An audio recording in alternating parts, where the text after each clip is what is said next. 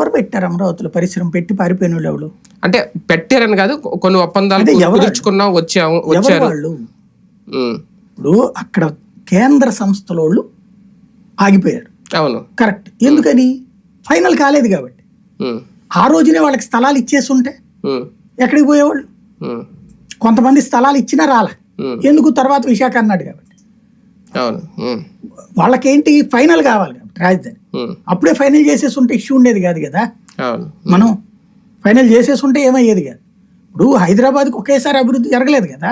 Hitech city ఎన్ని అన్నాళ్ళు పట్టింది. తర్వాత డెవలప్మెంట్ అనేటువంటిది ఒక రొటీన్ ప్రాసెస్. ఇప్పుడైనా ఒకటి వైజాగ్ వేగవంతం ఉంటుంది, అమరావతి టైం పడుతుంది. మనమే చెప్తున్నాం కదా ఇప్పుడు. కాబట్టి అమరావతి డెవలప్ కావాలని కోరుకుందాం. కావాలి అంటే ఇంకొకళ్ళని నిందితులుగా చూపెట్టద్దు. ఇండస్ట్రీస్ అక్కడికి రావాలి.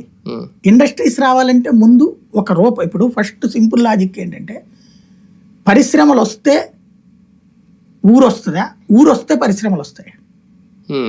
ముందు ఊరు రావాలి. అది వాళ్ళు ఏం కోరుకుంటారు? ముందు వచ్చి పరిశ్రమలు పెడితే ఇప్పుడు అందులో కూలీ వచ్చి ఎవడు పని చేస్తాడు? అందులో పనిచేసే సిబ్బంది వచ్చి ఎక్కడ చేయాలి? జనం రావాలి. జనం రావాలంటే ఇళ్ళు ఉండాలి. ఇళ్ళు రావాలంటే ప్రైవేట్ ఆస్తులు ఉండాలి. గవర్నమెంట్ ఆస్తులు ఉండవు కదా. ఇదంతా ఒక నిరంతర ప్రక్రియ. ఇదేంటంటే మిస్ అయ్యేదాన్ని మనం వేరే లాజికల్ గా మాట్లాడుకుంటుంటాం అనమాట. శాశ్వతంగా